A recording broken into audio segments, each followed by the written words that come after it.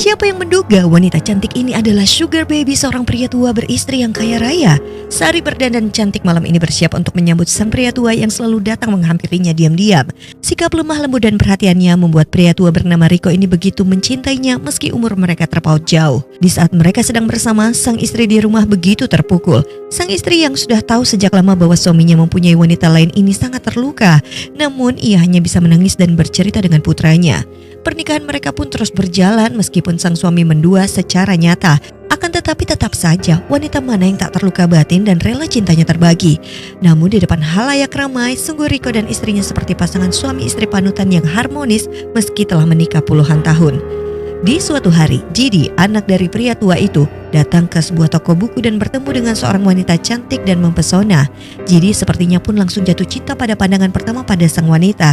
Jidi pun mengajaknya berkenalan namun tidak begitu diperdulikan oleh Sari. Sari pun meninggalkan Jidi begitu saja. Saat hujan turun, mereka berjumpa lagi, namun sesaat kemudian hujan itu berhenti. Sari pergi dengan melempar senyuman manis kepada pria ini. Sari, gadis cantik ini, hidup di lingkungan kumuh. Ia bukanlah berasal dari keluarga kaya, ia membiayai hidup keluarganya. Sari bekerja sebagai penjahit di sebuah toko jas. Meski hidupnya sangat berat, Sari adalah gadis yang baik dan tulus, bekerja dengan ikhlas demi menghidupi keluarganya, terutama neneknya yang sudah mulai pikun, sering mengompol dan membutuhkan perhatian lebih. Bahkan untuk tinggal saja, Sari berhimpitan di rumah sempit bersama dengan kakaknya yang sudah menikah dan mempunyai banyak anak.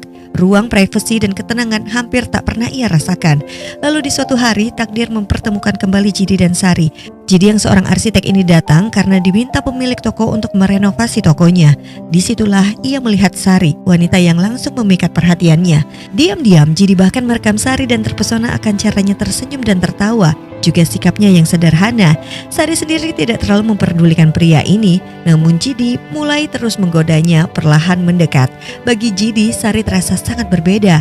Ia tak seperti gadis-gadis yang biasa ia temui. Sejak saat itu Jidi pun mulai terobsesi dengan Sari. Namun di setiap hari Kamis, Sari selalu mengambil jatah libur di toko jahit itu. Sari pulang ke rumahnya yang lain yang diberikan oleh Riko. Ia membersihkan ruangan, memasak hidangan, lalu berdandan rapi, bukan untuk pesta, melainkan untuk menyambut satu orang. Dan di setiap Kamis, pria itu pun selalu datang. Meski jarak umur mereka sangat jauh, jarak usia mereka nyaris seperti ayah dan anak, namun hubungan gelap itu terus berjalan diam-diam. Pria tua ini pernah menyarankan Sari untuk berhenti bekerja saja dan menawarkan modal agar Sari bisa membuka usaha sendiri.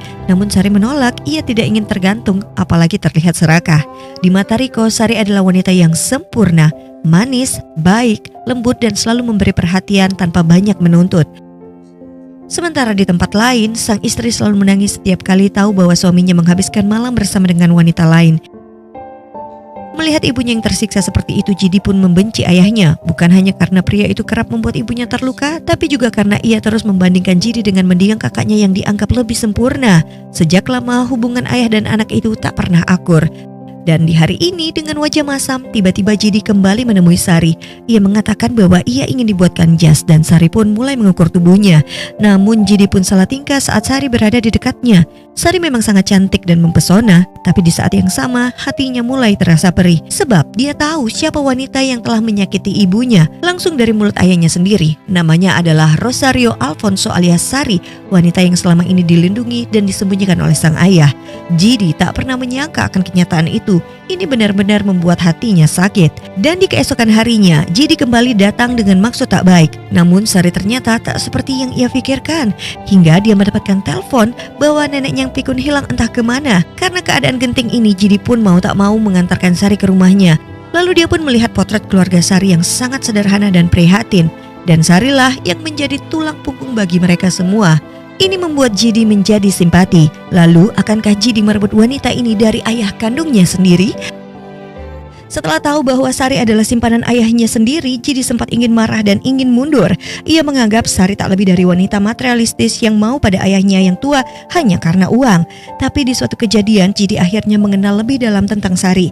Ia tahu bahwa Sari melakukannya karena memang himpitan ekonomi yang sangat luar biasa dan dia adalah tulang punggung untuk keluarganya. Sari tidak silau dengan kemewahan, dia hanya ingin dicukupkan. Jidi akhirnya menyatakan perasaannya kepada Sari, wanita yang selama ini dikenal semua orang sebagai simpanan pria beristri. Sari tidak menutup-nutupi apapun. Dengan jujur ia mengaku bahwa dirinya terikat pada seorang pria tua, seorang sugar daddy-nya, dan ia tidak bisa begitu saja melepaskan status itu. Namun pengakuan itu tidaklah memadamkan perasaan Jidi. Sebaliknya tekadnya semakin bulat. Sari mengatakan ia belum bisa membuka hati untuk pria lain. Keterikatan dan rasa hutang budi membuatnya terjebak dalam posisi yang rumit. Mendengar itu, Jidi menahan pintu mobil dan tak mengizinkan Sari untuk turun. Satu yang pria ini minta, kesempatan. Sari pun terdiam. Tak ada jawaban, tak ada penolakan, dan Jidi menganggap itu sebagai persetujuan. Ia lalu membuka pintu mobil dengan mendekatkan tubuhnya ke Sari. Jarak mereka begitu dekat hingga membuat Sari menjadi gugup. Sejak saat itu, Jidi tidak pernah absen menemui Sari. Setiap hari ia datang dengan hadiah kecil sederhana namun penuh makna. Bukan sebuah kemewahan, tapi perhatian. Perlahan Jidi mulai masuk ke dalam dunia Sari. Ia akrab dengan keluarganya, bercanda dengan adik dan nenek Sari, bahkan ikut bermain kuis bersama mereka di ruang tamu. Saat Jidi memenangkan permainan, ia memberinya kejutan.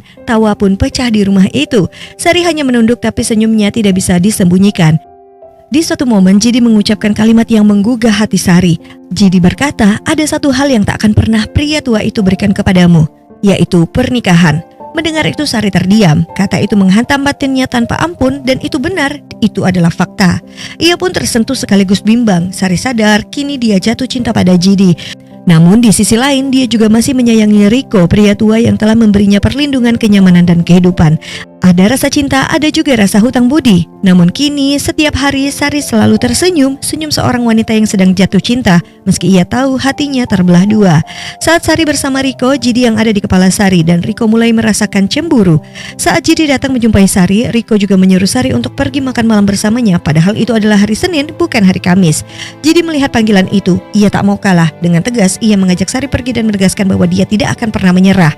Tekanan itu membuat Sari runtuh. Ia menangis diliputi kegalauan. Ia mengakui bahwa dirinya telah jatuh cinta teramat sangat pada Jidi. Jidi juga menunjukkan arti cinta yang ia yakini benar. Cinta yang berani diperjuangkan, bukan hubungan yang harus disembunyikan selamanya. Namun Sari tetap tidak sanggup meninggalkan pria tua itu. Keputusan itu membuat Jidi terluka dan marah. Sampai kini Sari belum tahu sama sekali bahwa dua pria yang memperebutkan hatinya adalah ayah dan anak. Sambil menangis Jidi memohon wanita itu untuk memilihnya. Hingga suatu hari Riko mengajak wanita itu pergi makan malam di restoran mewah. Sang istri terkejut bukan kepalang melihat suaminya bersama dengan wanita simpanannya berada di restoran yang sama. Akhirnya Regina sang istri bisa bertemu langsung dengan wanita yang selama ini dirahasiakan oleh suaminya. Regina pun mencoba mengatur nafasnya agar bisa menahan emosinya yang sudah memuncak. Regina dengan mantap menghampiri meja sang suami dan Sari. Saat sang istri menyapa Riko, betapa terkejutnya pria tua itu melihat sosok istri berada di belakangnya. Regina pun menyapa Sari dengan lantang, menyebutnya sebagai perawat manula berpenampilan menggoda. Ia kemudian memperkenalkan statusnya dengan tegas bahwa ia adalah istri Tuan Torres. Riko yang melihat Sari yang disudutkan hanya diam. Ia hanya memegangi tangan Sari seolah ingin menenangkan hatinya.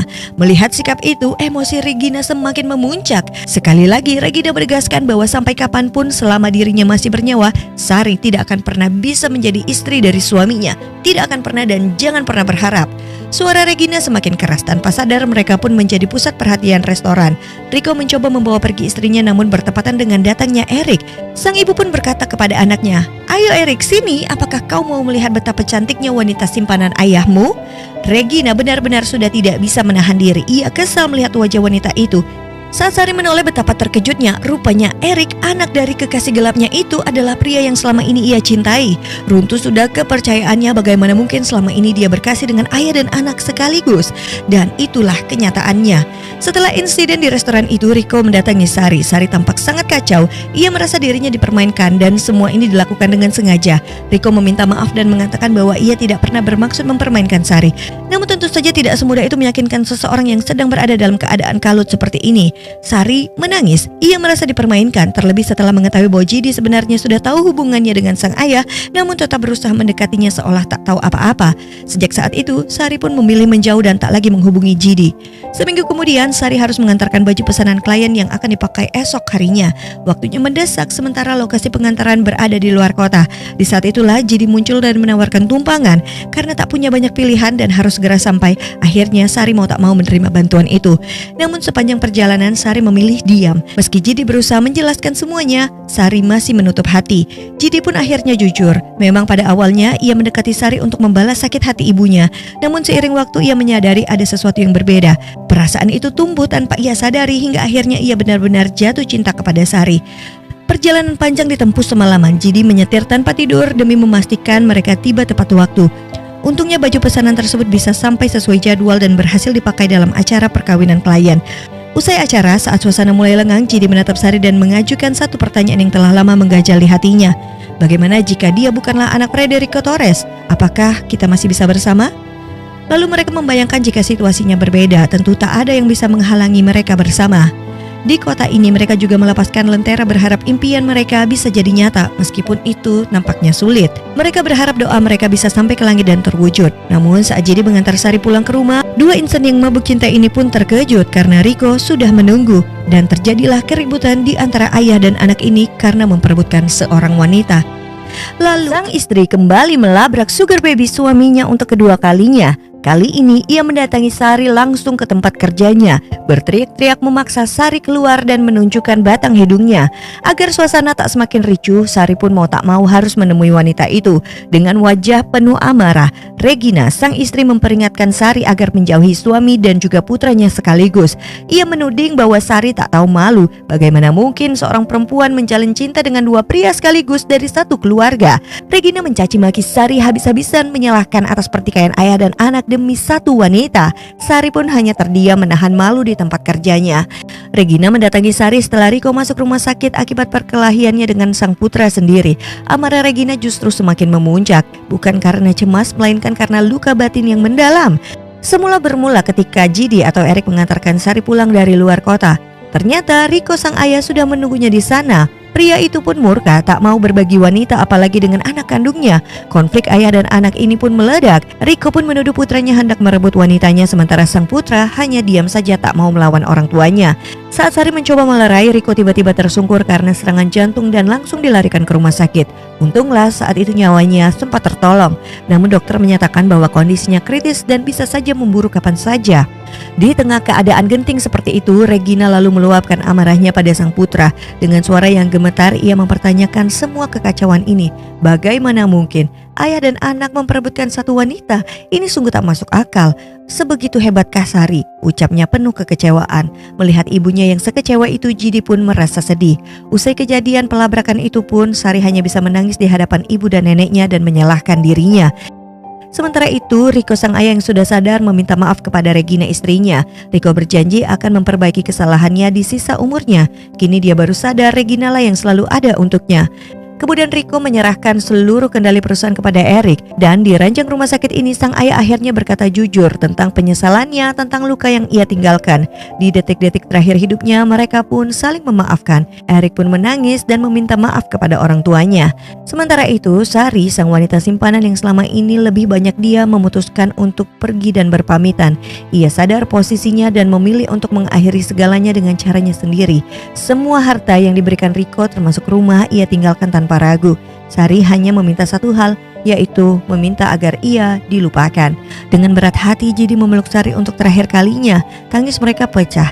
Dalam pelukan itu Jidi baru benar-benar menyadari Sari adalah wanita baik yang pernah mengisi seluruh hatinya dengan tulus. Pelukan itu pun semakin erat seolah ingin menahan waktu. Namun Sari tahu kisah mereka tidak akan mungkin bersatu. Jidi memohon agar Sari mengambil rumah ini, tapi Sari menolak. Ia pergi dengan langkah berat masuk ke dalam taksi dan menghilang dari hidup Jidi selamanya.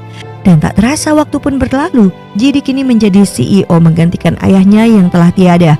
6 bulan setelah kejadian itu, satu malam ia berhenti tepat di depan tempat kerja Sari. Dari kejauhan ia melihat Sari yang sedang memakaikan jas ke patung. Pandangan mereka pun saling bertemu dan mereka pun saling menatap. Tak ada kata, namun cinta yang terpendam masih terlihat jelas. Dulu mereka sempat bermimpi menjadi pasangan yang bahagia, tapi semua itu hanya tinggal angan-angan.